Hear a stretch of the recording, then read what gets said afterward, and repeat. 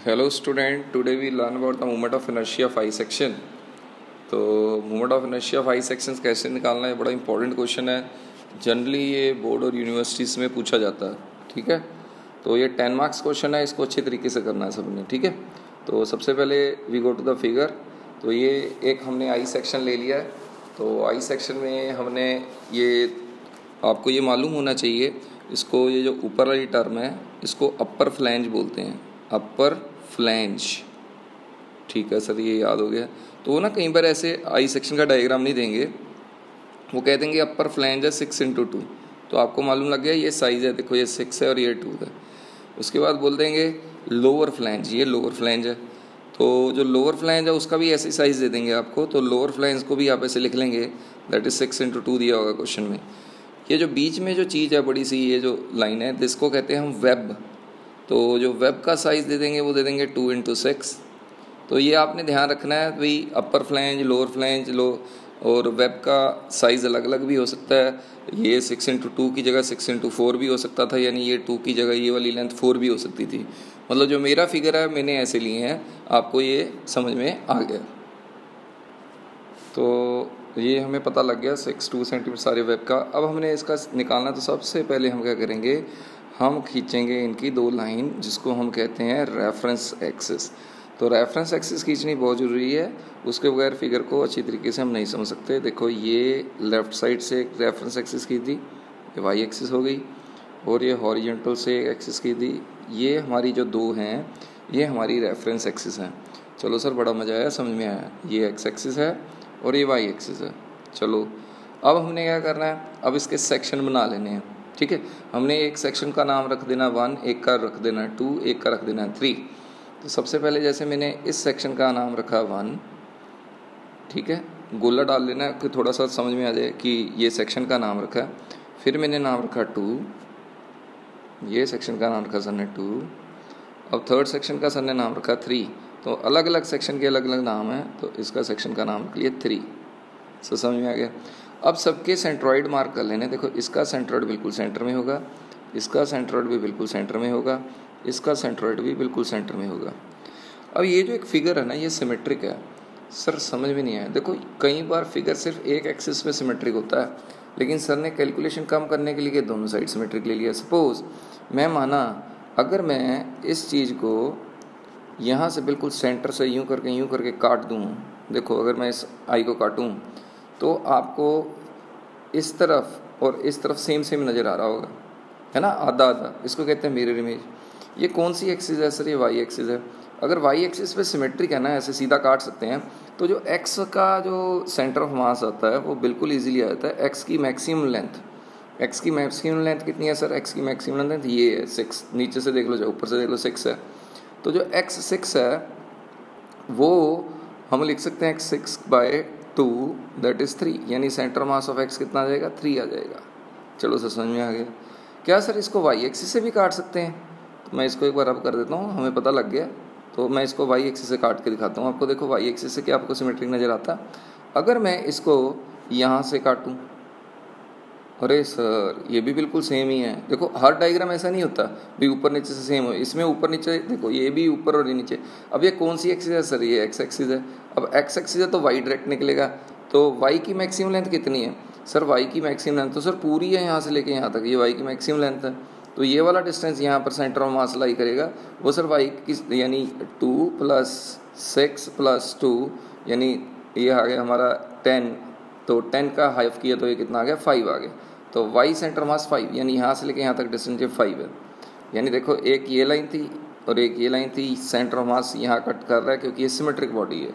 चलो सर समझ में आया। तो अब इसको हम डायरेक्ट निकाल लेते हैं, X centre of mass and Y centre of mass. तो इसको रब कर लेते हैं पहले। चलो देखो अब हमने डायरेक्ट लिख लिया है, एक्स सेंटर ऑफ मास है मैक्सिमम लेंथ 6/2, तो वो आ गया हमारा 3। देखो ये 6/2 कर दिए। Y centre of mass, Y की मैक्सिमम लेंथ कितनी है सर? 10। देखो ये 2 मत गिनो, ये 2 ये वाली लेंथ है, ये 6 सेंटीमीटर है ये वाली लेंथ, ठीक है, गलती नहीं करनी है। 2 + 6 + 2 10 हो गया। 10 मैक्सिमम/2 करोगे तो ये आ गया 5, दोनों आ गए। चलो सर अब हमने क्या करना है, अब we write the formula just. Sir क्या फार्मूला मोमेंट ऑफ इनर्शिया का? ये तो लोगों को गली गली में आता। सर कैसे? हमें तो नहीं आता। देखो इसको ऐसे करना है, I X X is equal to b1 cube by 12, sir याद आ गया formula, plus a1 Y bar का square, Y centre of mass कह लीजिए, वाई बार कह लीजिए, प्लस b2 का cube by 12 plus area 2y2 minus Y centre of mass का होल स्केयर, प्लस सर एक पीस हो रहा है इसमें b3d3 क्यूब बाई 12 क्यूब आना है, plus a3y3 minus Y centre of mass का स्केयर। तो ये समझ में आना चाहिए हमें। सर हमने फार्मूला तो लिख दिया, वैल्यू तो बताओ ना b1 क्या है। देखो बेटा ये फर्स्ट पीस था तो ये हुआ b1, ठीक है सर। ये क्या हुआ सर? ये पहले पीस की डेप्थ हुई तो ये हुआ d1।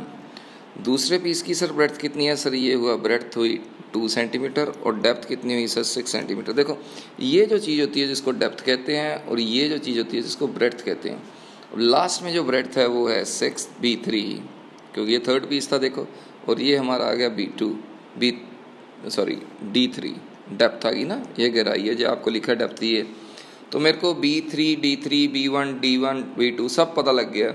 अब रह गया y1 जो होता है ये वाला डिस्टेंस होता है, तो y1 का जो डिस्टेंस है इस केस में वो 1 सेंटीमीटर है, ठीक है सर।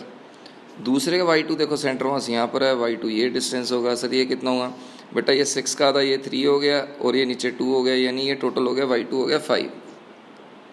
सर समझ में आ गया? y1 हुआ 1 और y3 कितना होगा सर? यहाँ से लेके नीचे तक जाना आपने, पूरा नीचे तक। तो ये देखो ये 2 है और ये 6 है, 2 6 8 हो गए, 8 और यहाँ से लेके ये 1 सेंटीमीटर, यानी y3 कितना हो गया? 9। वाई सेंटर ऑफ मास आपको मालूम है 5 है, तो put the value and calculate IXX। Now similarly you can calculate IYY। तो IYY तो सर बहुत इजी है, वो कैसे निकालेंगे? तो IYY के लिए देखो आपको वाई सेंटर ऑफ मास पता है 5 है, तो आपने इसमें ये जो फॉर्मूला है ये मेरे को कैलकुलेट करके भेजना IXX। एरिया आपको मालूम ना सबके, देखो जैसे पहले का एरिया मैं बोलूँ तो पहले का एरिया 6 × 2 12, दूसरे का भी 6 × 12, थर्ड का भी 6 × 12, सबके एरिया मालूम है, ठीक है। वाई सेंटर मास सबका मालूम है 5 है, ठीक है। रह गया b1 d1 वो मैंने लिख दिया।